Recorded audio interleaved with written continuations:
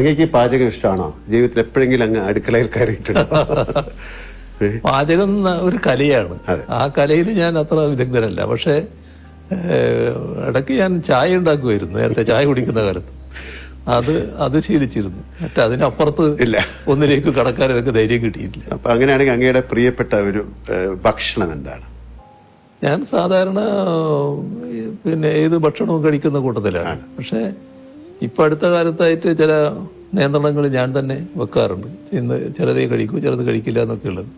എന്നാൽ ഒരു ഭക്ഷണത്തോടും അപ്രിയമില്ല, ഒന്നും മാറ്റി നിർത്താറില്ല. എല്ലാം കഴിക്കുന്ന ഒരു കൂട്ടക്കാരനാണ് ഞാൻ. ചിലപ്പോൾ ഭാര്യ അല്ലെങ്കിൽ അമ്മ അങ്ങനെ ആരെങ്കിലും ഉണ്ടാക്കുന്ന ഭക്ഷണത്തിനോടായിരിക്കും കൂടുതൽ താല്പര്യം. അങ്ങനെയൊക്കെ അങ്ങനെ ഉണ്ടോ? എനിക്ക് തീർച്ചയായും അതാണ്. വീട്ടിലെ ഭക്ഷണമാണ് എനിക്ക് ഏറ്റവും താല്പര്യം.